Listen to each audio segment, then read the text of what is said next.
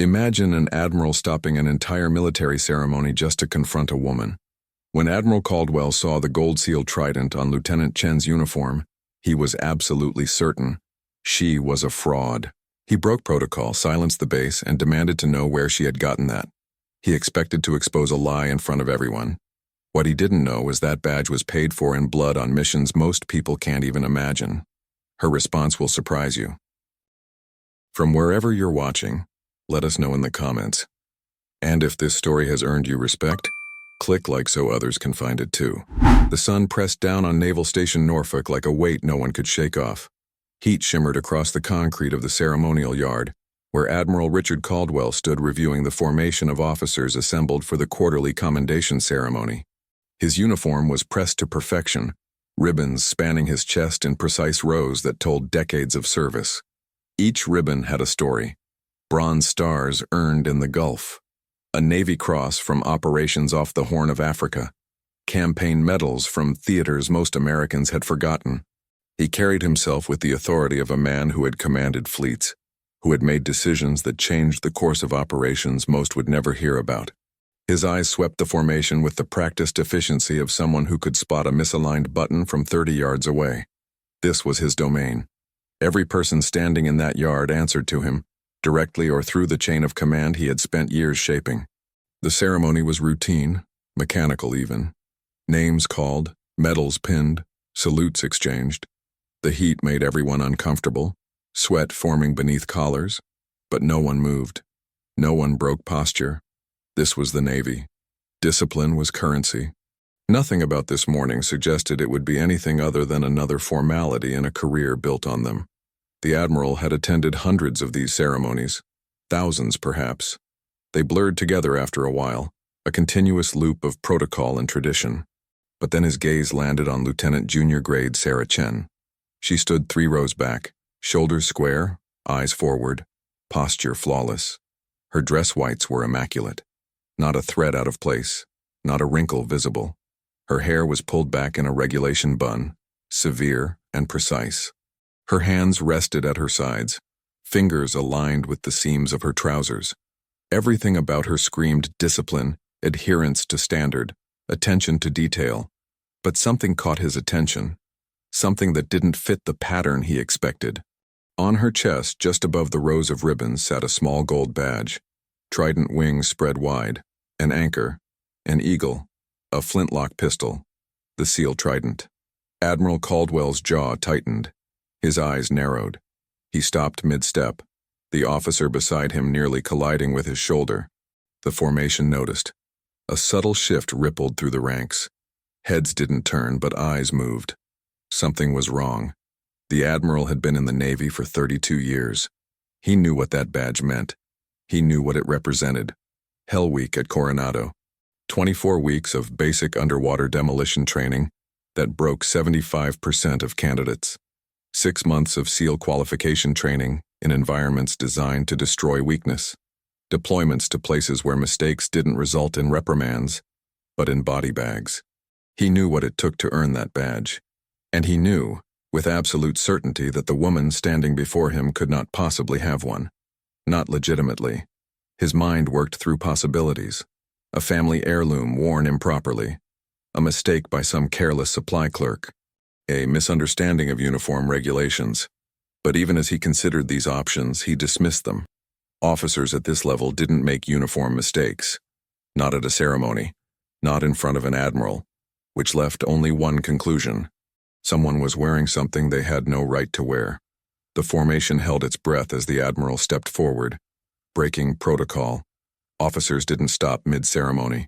Commanders didn't question subordinates in front of assembled ranks. It was a violation of decorum, a disruption of the careful choreography that governed military life. But Caldwell moved anyway, his boots striking the pavement with deliberate force. Each step echoed in the silence. Officers straightened imperceptibly, sensing confrontation. The heat seemed to intensify, pressing down harder. He stopped directly in front of Lieutenant Chen. His shadow fell across her face, but she didn't blink, didn't flinch. Her eyes remained locked on the horizon beyond his shoulder, her expression unreadable. His voice was low, clipped, designed to carry just far enough. "Lieutenant, that badge on your uniform, where did you get it?" Sarah didn't move. Her voice emerged calm and steady, without hesitation. "It was awarded to me, sir." The Admiral's expression didn't change, but the air around him grew colder. His eyes moved from the badge to her face, searching for something. Uncertainty, fear, guilt. He found none of it. Awarded. "By whom?" "By Naval Special Warfare Command, sir." A ripple moved through the formation. Whispers started to form but died under the weight of the Admiral's presence. He leaned in slightly, his voice dropping to something that felt more like a blade than a question. "I've been in this Navy longer than you've been alive, Lieutenant. I know every SEAL team, every pipeline, every exception to policy. And I have never, not once, seen a woman wear that badge." Sarah's throat moved slightly as she swallowed, the only sign of tension in her otherwise controlled posture. But she didn't waver. "With respect, sir, the policy changed." "Policy," the Admiral repeated, his tone edged with disbelief.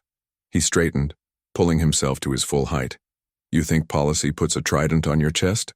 You think paperwork makes you a SEAL?" His voice rose just enough for the entire formation to hear. "That badge represents something sacred. It represents blood, pain, and sacrifice that most people will never understand. It's not a decoration. It's not something you earn by checking a box or because some bureaucrat in Washington decided to change a regulation." The words hung in the air, heavy with accusation. Sarah said nothing. The Admiral's eyes bored into her, waiting for a crack, waiting for hesitation. He had interrogated enemy combatants with less intensity, but none came. Her silence was absolute, not defiant, not defensive, just present. He reached forward, his hand hovering near the badge. His fingers were inches from the gold medal. "I'm going to ask you one more time, Lieutenant. Where did you really get this?" The question carried weight beyond its words. It was judgment. It was doubt. It was the accumulated skepticism of a career spent in a world where women had never been allowed to do what that badge represented. Before Sarah could respond, a voice cut through the tension like a hammer striking steel. "She earned it the same way I did, Admiral." Every head turned. The movement was involuntary, a collective break in discipline driven by shock.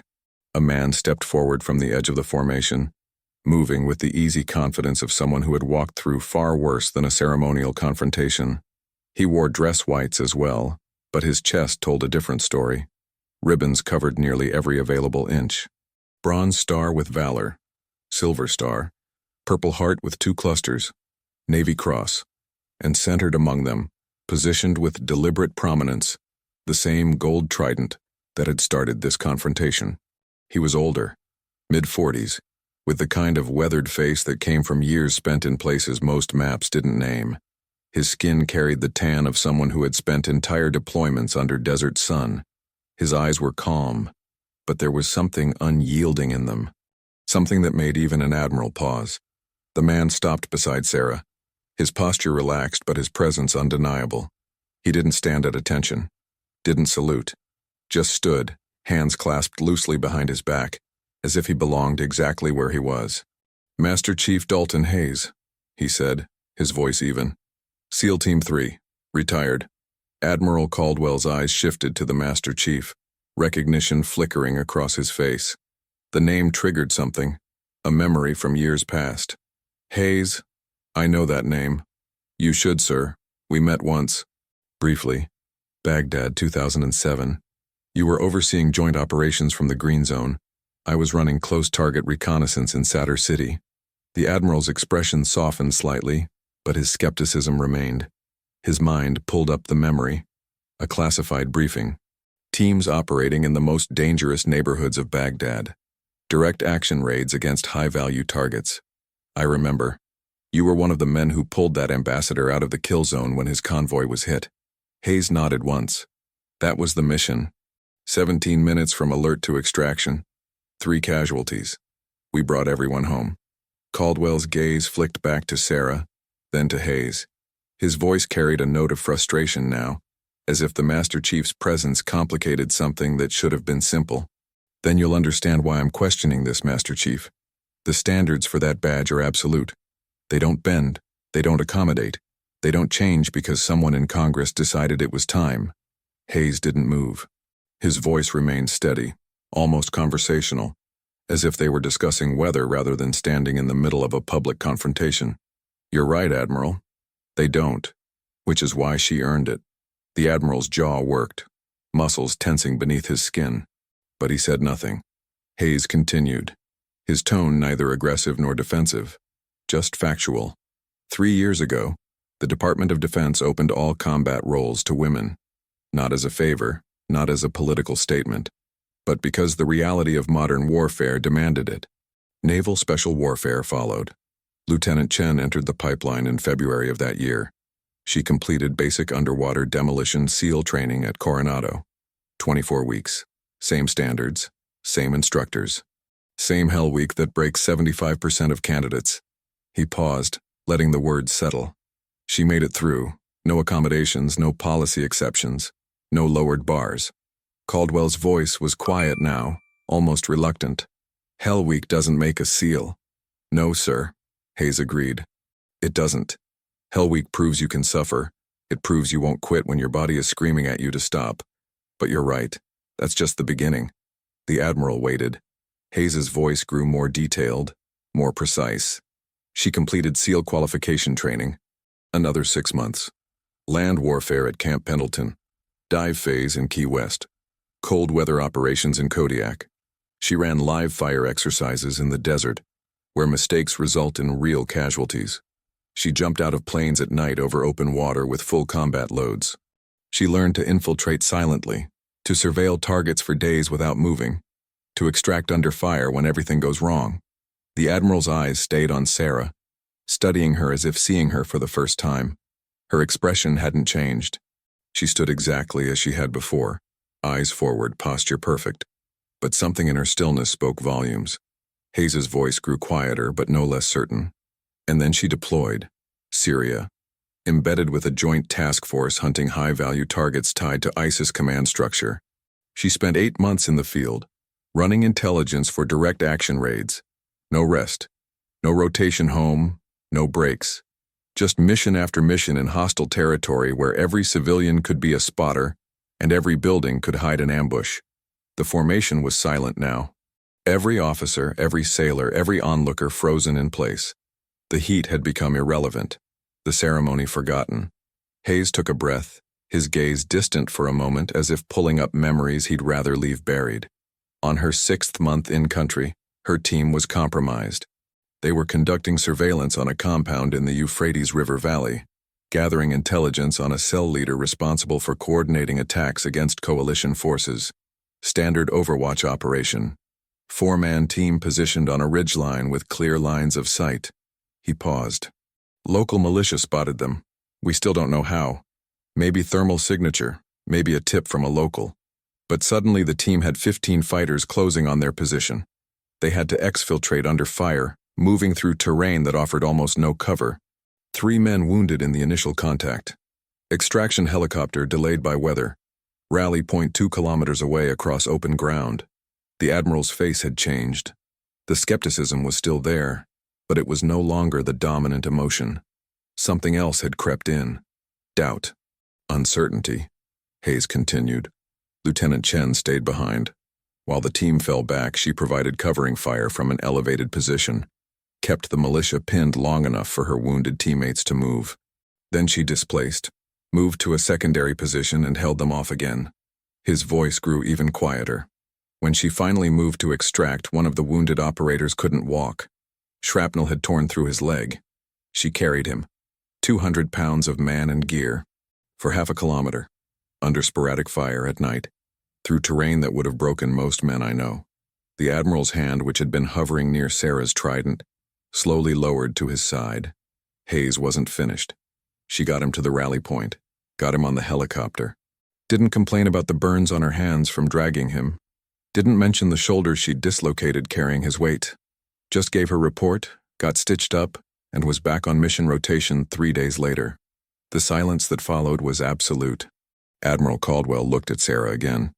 This time his gaze lingered not on the badge but on her face. Her eyes were still forward, but there was something in them now.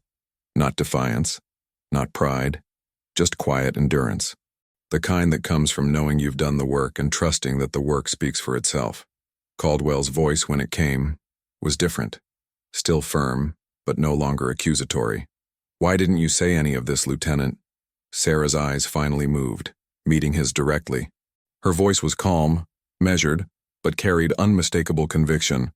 "Because it's not my place to defend what I've earned, sir. The badge speaks for itself. If it doesn't, then nothing I say will change that." The Admiral stared at her for a long moment. Something shifted in his expression. Recognition. Not of her face, but of something deeper. He had seen that look before. In the eyes of operators who had been to the edge and come back. In the faces of men who carried scars no one else could see. He had worn that look himself. And here it was, staring back at him from a lieutenant he had been ready to humiliate. Slowly, deliberately, Admiral Richard Caldwell straightened his shoulders. His hand rose in a crisp salute. The gesture was immediate, sharp, unmistakable. Sarah returned it without hesitation, her movement equally precise. The rest of the formation followed, a wave of salutes rippling through the ranks. Hands snapped to brows, boots clicked together on hot concrete.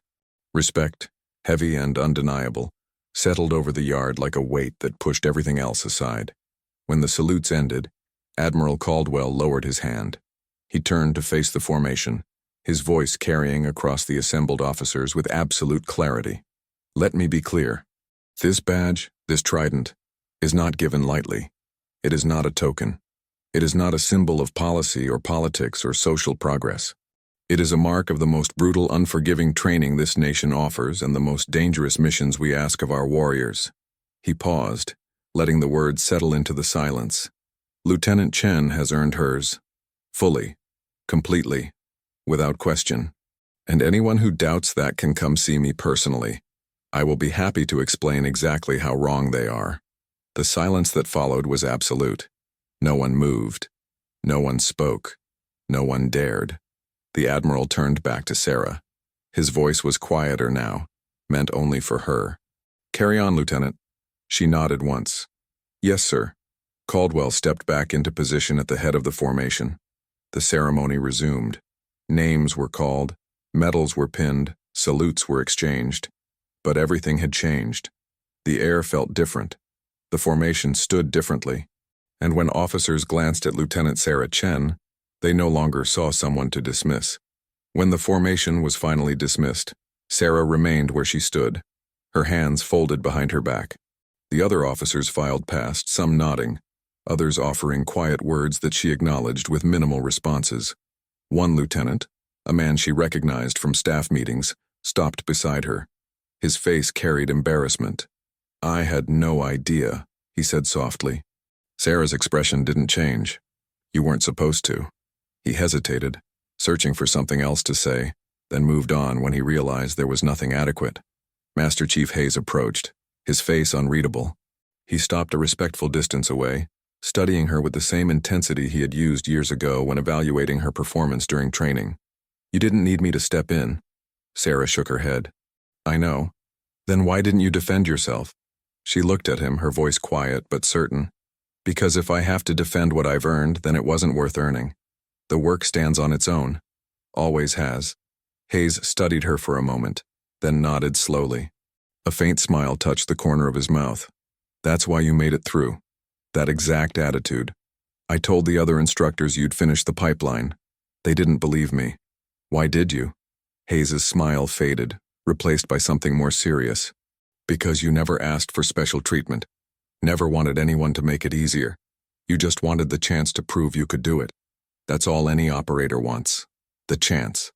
Sarah's throat tightened, but she kept her composure. "Thank you, Master Chief." He turned to leave, then paused. "For what it's worth, Lieutenant, you're one of the best operators I've ever worked with. Gender doesn't change that. Never did. Competence is competence." Sarah's voice was barely above a whisper. "That means more than you know." He walked away, boots crunching on the hot concrete, leaving her alone in the emptying yard. The sun was still pressing down, the heat still unbearable. But something had shifted. The weight she had been carrying, the weight of constant doubt, constant questioning, constant disbelief had lightened. Not because she had been defended, not because someone had spoken for her, but because the truth had finally been allowed to exist in the open. She reached up, her fingers brushing the trident on her chest. The metal was warm from the sun. The edges were sharp. It was real. It had always been real. Admiral Caldwell sat in his office an hour later, the blinds drawn against the afternoon glare. His hands were folded on the desk, his mind turning over the events of the morning with the methodical precision he applied to everything. He had questioned her, publicly, in front of her peers, her subordinates, her chain of command. He had assumed, based on decades of experience and a lifetime of certainty, that the badge she wore could not possibly be legitimate, and he had been wrong. The realization didn't sit well. It pressed against him like physical discomfort. He prided himself on judgment, on reading people, on knowing his Navy inside and out. He had commanded ships, led task forces, made decisions that affected thousands of lives. His entire career had been built on the foundation of being right. But today, he had failed. Not because of malice, not because of cruelty, but because he had allowed his assumptions to override the evidence standing directly in front of him. A knock came at the door, sharp and professional. "Enter."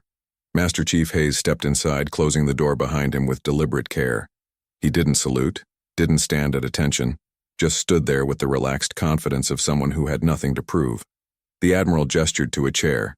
"Sit." Hayes did, settling into the seat with the ease of a man who had sat across from admirals before and would again. For a moment, neither man spoke. The air conditioning hummed. Papers rustled slightly under a vent. The sounds of the base filtered through the walls, distant and muted. Then Caldwell broke the silence. "I should have known better." Hayes didn't offer platitudes or empty reassurances. "Yes, sir, you should have." The Admiral's jaw tightened, but he nodded. "I questioned her competence based on nothing but my own bias." "You questioned her competence based on a system that told you for 30 years that women couldn't do what she did," Hayes corrected, his tone matter of fact. "That's not the same as malice, Admiral, but it's still wrong. And it still hurt her." Caldwell leaned back in his chair, exhaling slowly. "How long have you known her?" 3 years, since she entered the pipeline. I was one of her instructors during land warfare phase at Camp Pendleton. Taught her room clearing, close quarters battle, all the basics that keep you alive when things go wrong. And," Hayes's expression